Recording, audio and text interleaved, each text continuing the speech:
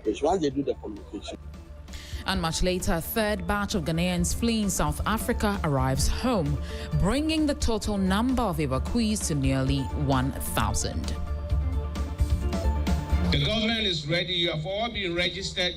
We are on database right now. We've got details for you shortly. Please stay with us.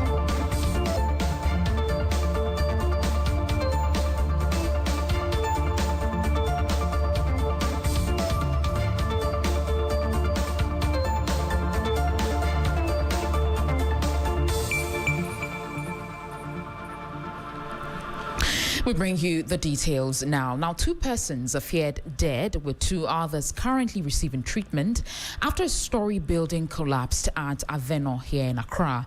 This is the second building to collapse in just a week, sparking concerns about public safety. Here's a report by Stanley Blow. A torrential rain in the early hours of Sunday exposed the vulnerability of yet another building in the capital, as a 3-story edifice housing several businesses tumbled down. Reports say portions of the structure first caved in, while moments later, the rest of the standing structure followed. Metallic container shops and their contents destroyed, while heavy rubble that fell on the Sudan Sahara Mosque caused it to partially cave in. 4 persons were trapped under the rubble. However, an intervention by a joint rescue team comprising the Ghana National Fire Service, the Ghana Police Service, the military, and the National Disaster Management Organization was able to initially save 2 of the victims who were sleeping in the mosque at the time of the collapse.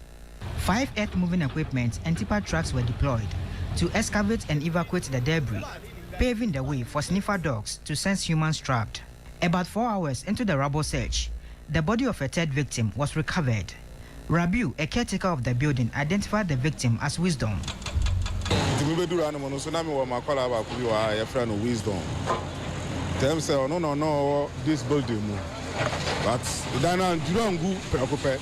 Them say 1 pillar ahead and a boo to know what's the end about down to any security man. Into about down, I say, or some video. So, into no video no more nowadays. Them say, I don't know. Search has intensified for a 4th person, a sachet water vendor reported to be sleeping in front of the shops after her day's activities. The incident is the 2nd in 4 days and 3rd in the last 3 months. Vice President Professor Jenano Pukwajiman earlier visited the site to commiserate with persons affected. In a related development at Christian Village, 1 person has been reportedly been washed away by floodwaters around the Okaikwe North and Ga East boundary. The incident happened after a group of youth attempted to desilt a choked drain to prevent the area from flooding further. In the process, 1 of them was overpowered by the strong current and swept away. A search is said to be underway for the missing young man, while residents are renewing calls for immediate action. Here's a resident speaking to 3FM.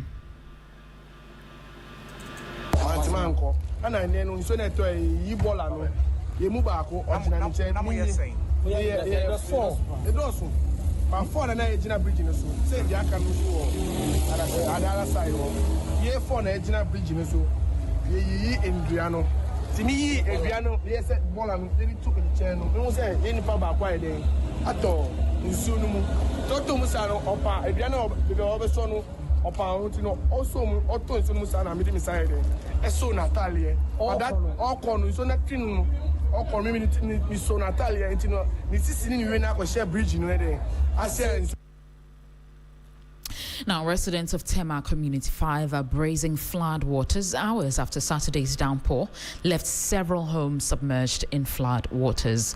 The rains, which lasted for hours, overwhelmed drains in parts of the community, forcing water into houses and leaving many families stranded. Affected residents say they woke up to water rapidly entering their homes, destroying household items, furniture, electronics, and personal belongings. Some residents were seen scooping water from their rooms, while others struggle to salvage valuables from the flooding. To some health stories, the Ministry of Health is urging striking doctors and nurses at the Komfo Anokye Teaching Hospital to consider the decision to return to work in the interest of patients and the general population. A statement released last night noted the decision to suspend the CEO was for institutional accountability and for investigations to proceed. Meanwhile, Ashanti Regional Minister Dr. Frank Amwakohene has disclosed that a positive resolution has been reached with doctors, nurses and midwives following a crunch meeting he held with the leadership of the various associations last night. Okay, thank you very much. So, following the issues that have been happening, I spoke with the health minister and on his direction, then to take steps to see how best we can have these issues resolved. So we came to meet with the union leaders to get their perspective and see how best we'll be able to resolve it. Thankfully, we've reached a resolution. However, they will make the communication themselves. So I'm sure that in the course of time, they'll do that communication. Once they do the communication, then we'll carry that from there. But we want to assure the public that Ashanti region is central when it comes to health delivery. But we carry the burden of both the northern, the middle, and the Ashanti itself. So, Dr. Frank Amwakohene is Ashanti Regional Minister. Now, the third batch of Ghanaians fleeing from South Africa have arrived, bringing the total number of repatriated Ghanaians to about 1,000. During his welcome address, Deputy Minister for Foreign Affairs James Evacuees promised government's assistance in helping them resettle and encouraged the returnees to contribute their skills and knowledge in building Ghana. In the wake of the renewed xenophobic attacks in South Africa, an initial 300 Ghanaians voluntarily registered to leave the country. Within a period of 2 months, that number rose to over 1,500 willing to escape the rapidly spreading attacks on foreign African migrants in South Africa. On June 7 and 8, the second and third batch of about 340 Ghanaians respectively arrived in Accra to a warm welcome by government officials, just like the first batch, which arrived on May 27, 2026. This brings to a total of about 1,000 citizens escaping marauding youth in South Africa. The Deputy Foreign Affairs Minister, James Evacuees, says there is hope for the returnees. The government is ready. You have all been registered. We are on database right now.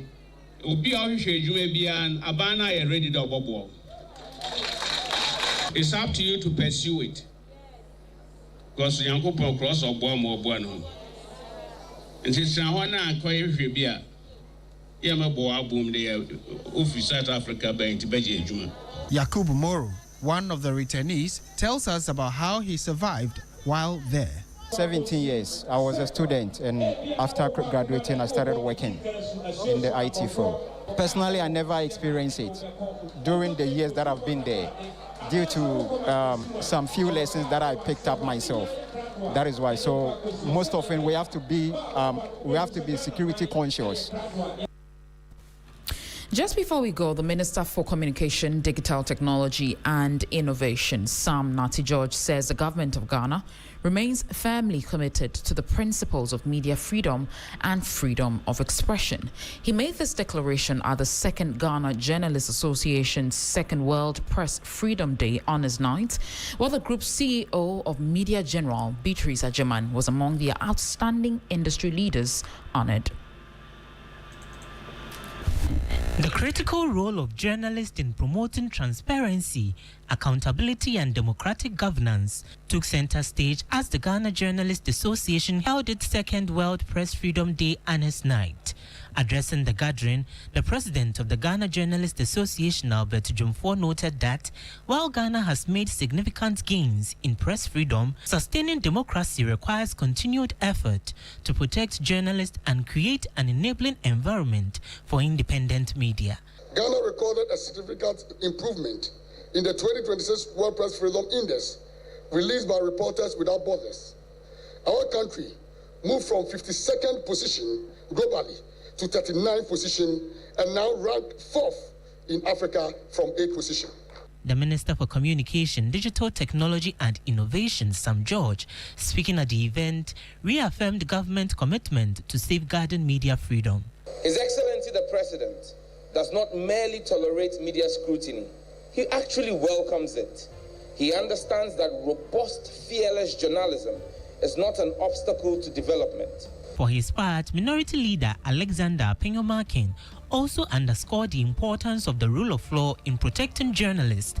I call on the Director of Public Prosecutions to ensure that the decisions to prosecute in speech-related cases are subject to rigorous, independent review.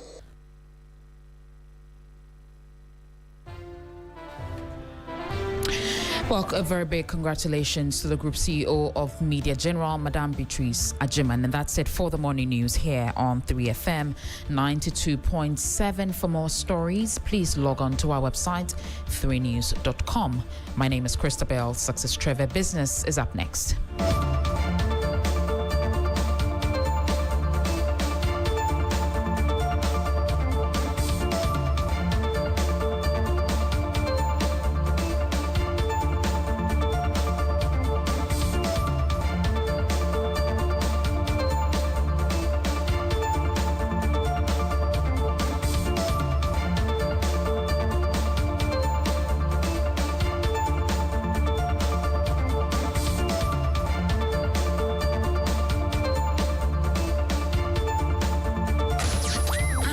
Gets busy on this frequency, 92.7 3FM.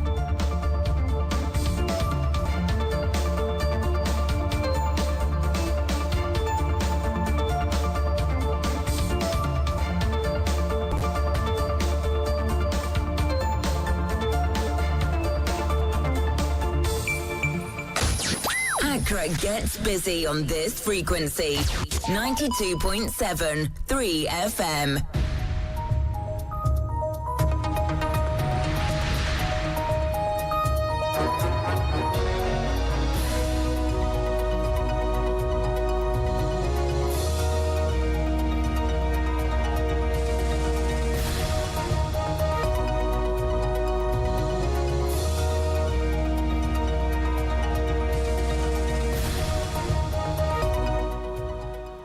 Hello, good morning and welcome to the business news on Sunrise. Coming up this morning, government of Ghana breaks 2-week slump with 6.09 billion cedi treasury bill over subscription in latest auction. Also in this bulletin, Traders Advocacy Group Ghana expresses confidence in GRA's bold ambition to secure 310 billion cedis revenue target by 2028. If GRA has agreed that they will partner the trade association, realizing 300 billion is something that they can achieve easily. Plus, senior fellow at Africa Policy Lens calls for level playing field following recent Bank of Ghana's mobile money fee suspension. We should create a fair playing ground for both the telecom companies and also for banks. The 0.5% which we are preventing the telcos to pay, we should equally prevent the banks from charging the 1% which is currently in force. I am Christabel, Success Treve. We bring you details of our headlines and other stories shortly. Stay with us.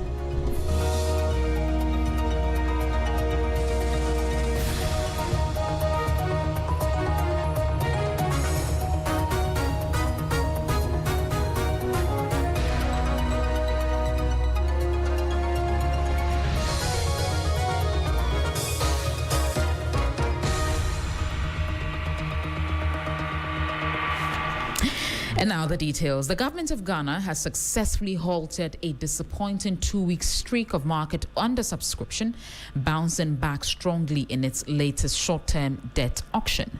According to official results from the Bank of Ghana for Tender 2010, held on Friday, June 5, 2026, the auction drew highly positive investor sentiment, overrunning target by 390 million cedis. There's more in the following 3 Business News Desk reports. Against a financing target of 5.442 billion cedis, institutional investors submitted bids totaling 6.092 billion cedis. This represented a comfortable 111.94% subscription rate, allowing the state to accept 5.832 billion cedis, surpassing its initial target by 390 million cedis.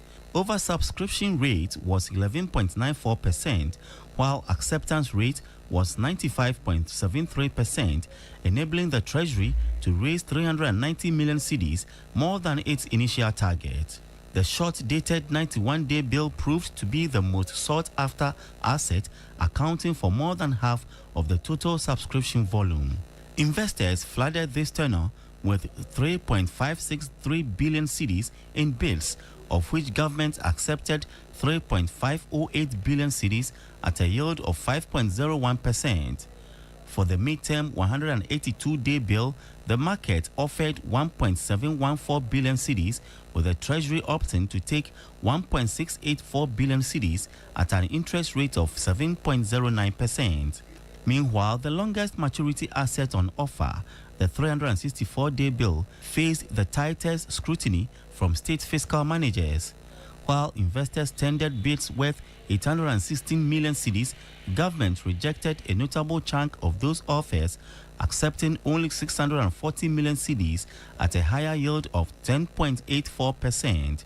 Three business analysis suggest government scaled back on the 364-day commitment to avoid locking in higher interest expenses over the long term.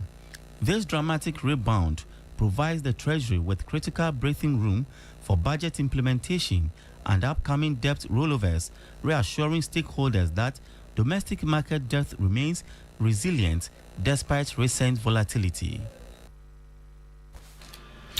The Traders Advocacy Group Ghana has thrown its weight behind the Ghana Revenue Authority's ambitious new financial roadmap, expressing strong optimism that the state can successfully double its revenue baseline over the next 2 years. While the TAGG President David Kwajo Amoateng voiced his confidence following the GRA's announcement of a major policy shift aimed at scaling domestic revenue mobilization to a minimum of 310 billion cedis by December end 2028. The new milestone represents a massive leap from the 153 billion cedis achieved target recorded by the authority in 2024. Amoateng's positive outlook comes directly on the heels of a high-level stakeholder engagement session led by the GRA leadership, which focused on the progressive implementation of the integrated tax administration system. The ITAS is designed to make it easier to file returns, make payments, track requests and cases, retrieve certificates and access support, all through a single connector system. The system is also to be integrated with other government institutional platforms to widen the tax net. Commissioner General of GRA, Anthony Akwesi Sapon, is optimistic of increased revenue mobilization. Our aspiration is to double the 2024 revenue we made, which is 153 billion. That means that at a minimum, by December 2028, we are saying that we want to roll into the national coffers about 310 billion Ghana cedis. That journey we are making with businesses and taxpayers. Sapon noted for now, the ITAS is the way to improve the country's tax administration. In today's world, we believe that ITAS is the appropriate technology we have to use. But as you know, technology changes with time. And therefore, when technology changes and is no longer needed, we will have the responsibility to change. President of Traders Advocacy Group Ghana, TAG, David Kwajo Amoateng noted the 310 billion cedis target for 2028 by the GRA is achievable. If GRA has agreed that they will partner the trade association, realizing 300 billion is something that they can achieve easily. We'll now take a look at how the cedi is faring against major trading currencies and how some of the key commodities are also faring on the global market. On the interbank foreign exchange market, the dollar is selling at 11 cedis, 85 pesos. It gained 1 peso. The British pound is selling at 15 cedis, 83 pesos. It lost 8 pesos. The euro is selling at 13 cedis, 67 pesos. It also lost 10 pesos. However, be guided that these figures could be higher at a forex bureau near you. On the global commodities market, Brent crude is trading at $93.09 per barrel. Gold is trading at $4,328.45 per ounce, down by $146.35. Cocoa is trading at $3,762 per ton, down by $203.